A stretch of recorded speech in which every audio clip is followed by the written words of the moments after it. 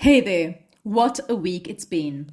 Between Donald Trump's latest meltdown over South Africa, the US Secretary of State clutching his pearls over basic human rights, and Rwanda's Paul Kagame throwing a fit online, Mzansi is clearly living rent-free in the world's head. And why?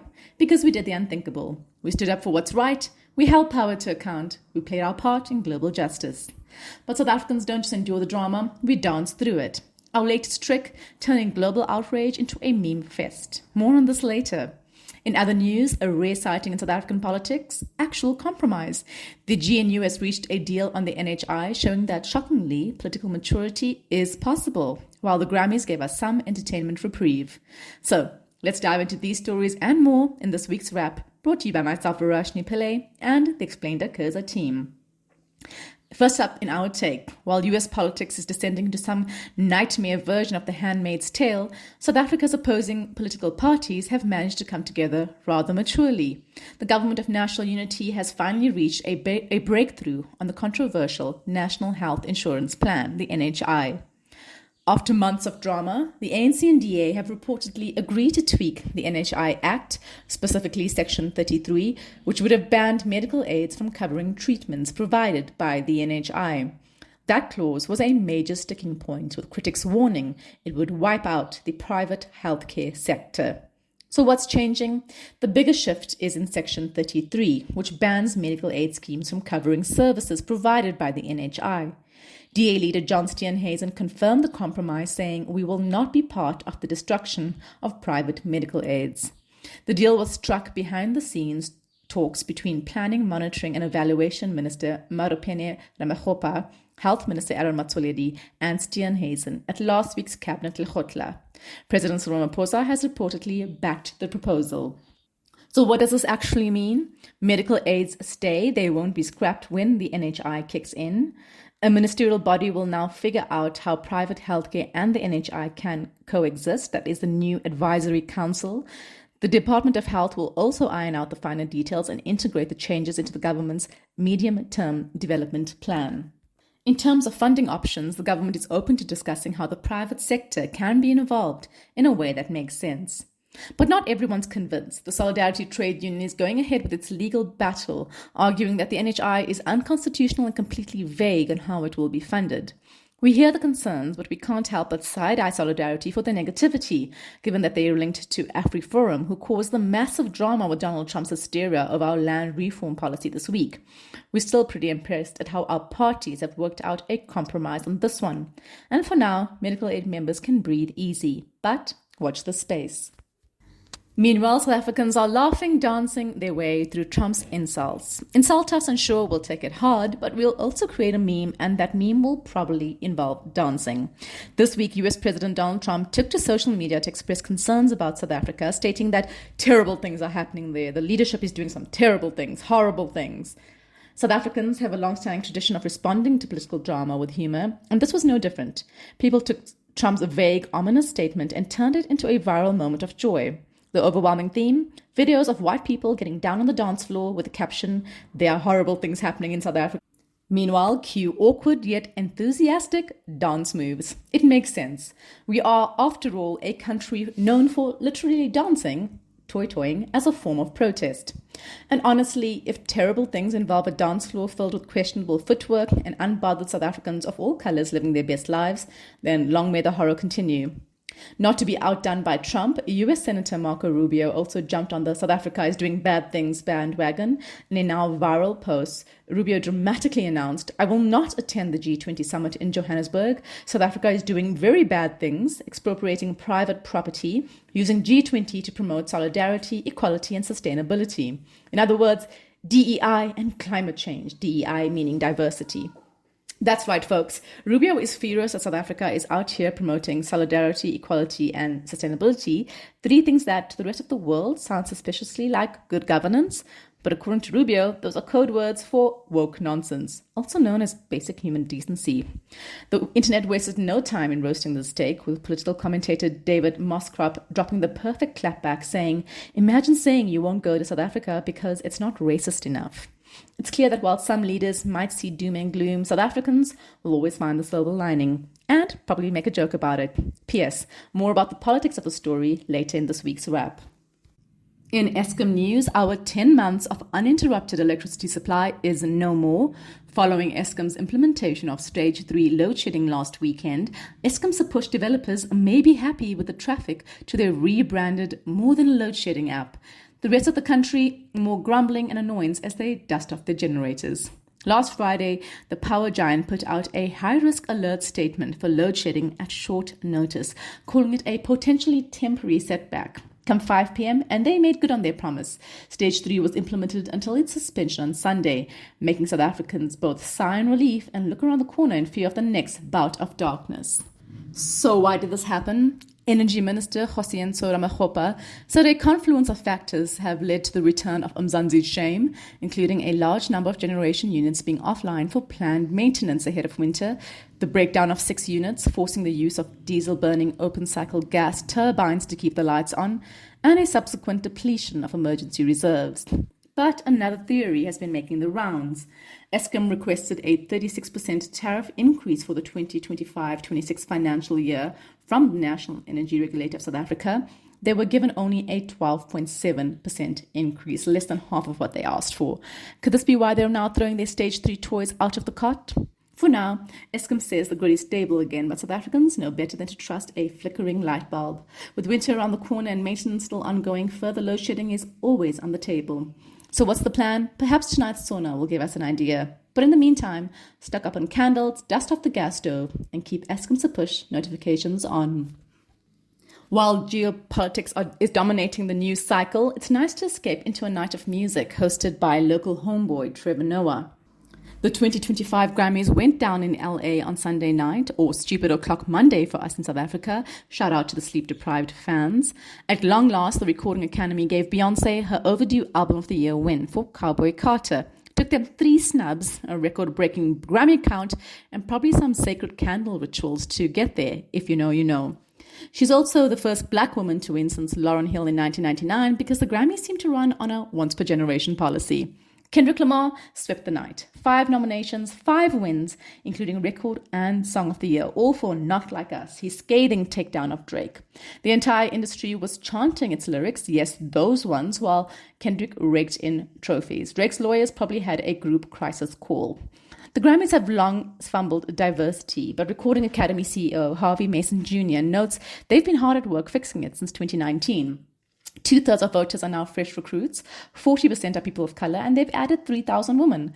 Let's just say we're relieved we weren't on that WhatsApp group before. Alicia Keys summed it up best while accepting the Dr. Dre Global Impact Award. DEI is not a threat, it's a gift. A not-so-subtle jab at Trump, who somehow blamed a devastating recent US plane crash on diversity hires. Sir, please.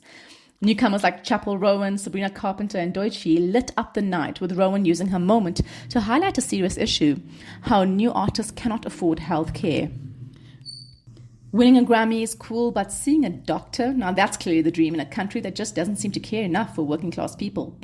All in all, the night had it all: history-making wins, industry shade, and a few long overdue corrections. Here's to more justice, fewer snubs, and maybe, just maybe, Drake surviving next year without an L. Until then, we'll be replaying Cowboy Carter and manifesting affordable healthcare for our faves. And back to that Trump story. US Donald Trump and his right-wing bros have turned their attention to South Africa, and surprise, surprise, he's making a scene. And it's all South Africans are talking about right now. On Sunday, Trump ranted on Truth Social, his social media network, accusing South Africa of confiscating land and treating certain classes of people very badly. He even threatened to cut US funding until a full investigation is done. President Cyril Ramaphosa clapped back, reminding Trump that South Africa is a constitutional democracy and that the Expropriation Act is no land grab. The DA also dismissed Trump's claims, calling them unfortunate. Then Elon Musk jumped in. The ex-owner, set to lead Trump's Department of Government Efficiency, claims South Africa has racist ownership laws. This might have nothing to do with his company Starlink being blocked in South Africa over BEE rules, or everything to do with it. Ramaphosa and Musk reportedly had a billionaire-to-billionaire chat on Monday about misinformation. And where's Trump getting his information? Enter AfriForum.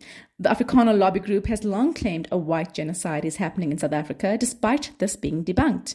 They've now convinced Trump that the Expropriation Act will lead to land grabs.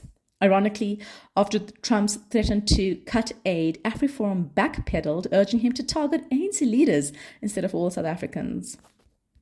So what's really going on? Some experts say this is bigger than land. Trump and his radical Republican base believe South Africa is on the wrong side of global issues like Ukraine and Gaza. South Africa-US relations were already tense thanks to BRICS and ties and South Africa taking Israel to the International Court of Justice. Diplomatic expert John Stremlau says South Africa's best bet is a Democratic win in the 2026 US Senate elections. Meanwhile, International Relations Minister Ronald Lamola is playing peacemaker, urging Trump's team to take time to properly understand South Africa's policies. The bigger question, how much influence Trump actually wields. As Professor John Stremlau puts it, Americans need to get their act together and rein Trump in. For now, keep calm and carry on. But stay tuned for the next episode of Trump versus the World.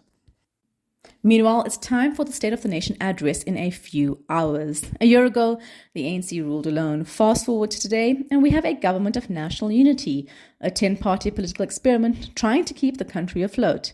Tonight at 7 p.m., President Cyril Ramaphosa will deliver his first State of the Nation address under this grand coalition at Cape Town City Hall. Expect road closures, VIP security, and MPs turning the red carpet into their personal Met Gala. So what is the big deal and point of SONA? It isn't just a fancy speech. It sets the government's game plan for the year. It's where the president flexes achievements, sugarcoats failures, and makes promises we'll be fact-checking for months. And since the GNU is still figuring out how to play nice, this year's SONA could be extra spicy. The key talking points: firstly, load shedding finally over. With power cuts easing, Ramaphosa will update us on the Energy Action Plan and whether the Electricity Regulation Amendment Act is the magic bullet we all need. But last weekend's Stage 3 hiccup was a reminder we're not out of the dark yet. Water woes ahead. Electricity may be improving, but South Africa's next crisis is here: water shortages. Ramaphosa is expected to outline emergency measures to prevent a full-blown disaster. Thirdly, jobs. Unemployment dropped to 32.1% in late 2024, but youth joblessness is still a crisis. Will we get real solutions or more economic jargon? There's also fighting crime. Expect updates on Operation Shanela and Operation Valamgori, two anti-crime drives, plus new plans to strengthen the police force. And of course, South Africa on the global stage. The G20 summit is coming to South Africa in November. Ramaphosa will likely hype it up as a win for Africa's global influence. Where to watch? DSTV 408, Parliament's website, or YouTube. Popcorn recommended. Keep an eye on our site, explain.coza, where we will provide a full analysis of the speech once it's done. In more geopolitical news, last week as we were hitting publish on the wrap, Rwandan President Paul Kagame threw down a spectacular tweet effectively challenging South Africa to war.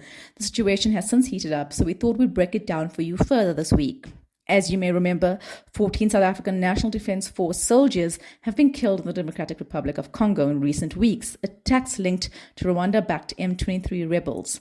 The situation is escalating so rapidly that President Cyril Ramaphosa has warned that continued attacks could be seen as a declaration of war. South Africa has long been involved in peacekeeping in the DRC, but this latest deployment under the South African Development Community has turned into a full-blown battle. The Eastern DRC has been a war zone for decades, but the biggest player in the chaos are the M23 rebel group. Largely made up of ethnic Tutsis, M23 first made global headlines in 2012 when it briefly took over Goma, a key city near Rwanda's border. Though it was defeated, the group resurfaced in 2021, once again seizing territory. The UN, US, and France have accused Rwanda of backing M23 to maintain control over the mineral-rich region. Kagame, of course, denies everything. Kagame has since fallen out of favor in the international community, effectively running a dictatorship where elections are rigged and opponents are assassinated. In 2014, South Africa expelled Rwandan diplomats over the assassination of exiled Rwandan intelligence chief Patrice Karegeya in Johannesburg. Kagame didn't exactly deny involvement, famously saying, "Treason brings consequences." So South Africa is on the right side of this fight, but can we handle the actual fight? SADC leaders recently met to reaffirm support for the DRC, but whether South Africa has the resources to continue fighting is a big question. Unlike Kagame, Ramaphosa has to answer to Parliament, opposition parties, and the public, many of whom are questioning the cost of this war. For now, M23 has announced a unilateral ceasefire, but whether this is a real pause or just a chance to regroup remains unclear. Finally, a deep dive on why we don't take sexual harassment as seriously as we should. If someone sends you unwanted sexually explicit messages, you'd be right to feel you've been violated. However, our legal system and society in general are unlikely to take that as seriously as it would a physical sexual assault. We've told you before about Eastern Cape Judge President Selby Mbanenge. Between 2021 and 2022, Mbanenge allegedly sent suggestive WhatsApp messages to his subordinate, Judge's Secretary Andiswa Mengo. He made inappropriate comments and, brace yourself, pointed to his pants while making a crude remark. Gross. A tribunal is on the go to determine whether he breached the judicial code of conduct. If found guilty, he could face serious consequences, including impeachment. The real issue here is how the legal system and social society generally treat sexual harassment. Sexual harassment, while often linked to sexual violence and assault, is a different category, existing in what gender specialist Lisa Vatten calls a blurry grey area. She told Explain, sexual harassment is often overlooked and perceived as less serious. This perception leads to its deprioritization both in legal processes and in media coverage. South Africa has one of the world's highest rates of sexual violence, over 42,000 rapes and over 7,000 sexual assaults reported in the last year alone. Yet sexual harassment, often brushed off as not that serious, really makes headlines. It's defined as persistent, unwanted sexual advances, often exploiting workplace power dynamics, as is in the case of Mbanenge. Victims face career setbacks, intimidation, and trauma, yet reporting often leads to retaliation or being labeled a troublemaker. Thankfully, there are systems in place to address the shortfalls in some areas. The Employment Equity Act and the Code of Good Practice in the handling of sexual harassment cases in the workplace aim to create safer working environments and ensure that victims receive proper support and justice. So, will Mbanenge's case be different, or will the justice system once again shield a powerful man at the expense of justice? As attorney and coordinator for Judges Matter, Alison Tilley told Explain regarding sexual harassment in judicial institutions, it has happened, it is happening, and needs to be dealt with. We're watching. That's it from us at Explain, an award-winning product of Explain.coza. Simple news summaries for busy people. The wrap is sponsored by Explain's agency division. We specialize in content marketing for purpose-driven organizations, often with a pan-African reach. Mail info at Explain.coza for a quote. Remember to share the love. Tell your friends to sign up at explain.coza/subscribe. Till next time, goodbye from the team.